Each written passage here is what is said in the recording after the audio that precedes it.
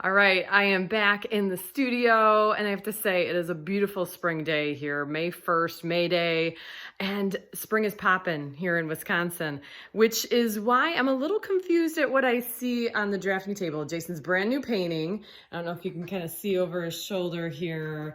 This does not remind me of spring in Wisconsin.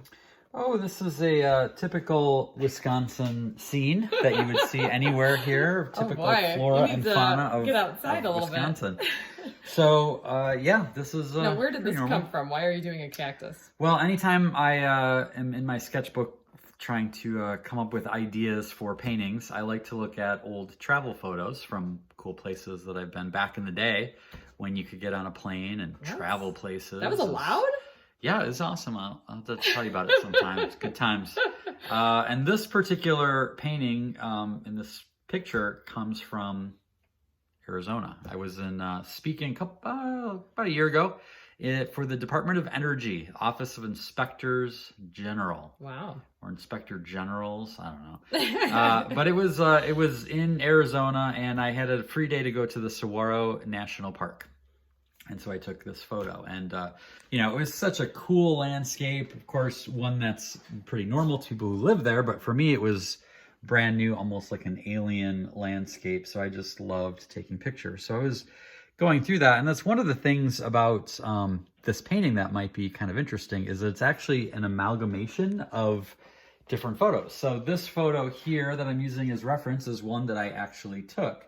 But because of the concept of this theme, and when I was there in January, and so this is what it looked like. There were no flowers popping yet. Okay. And so I was able to go online and find an example of a flower so that I could merge those things together. And because of, we're going through this crisis, I wanted to have this sort of sense of dread.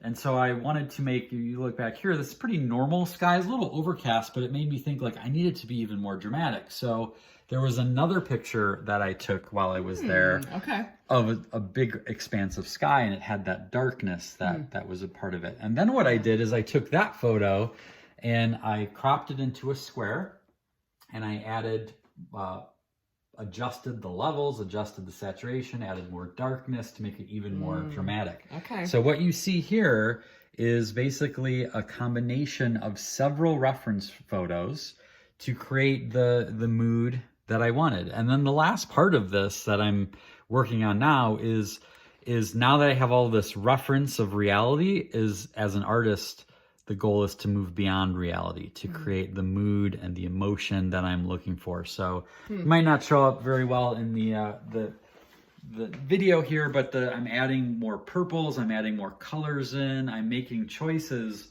that suit the painting itself, even if it's not exactly what matches the photograph. So wow, I had no idea that you had that much going on in my painting. You don't want to be up in my head. That's, I knew that for sure, but that's awesome. One more example of that.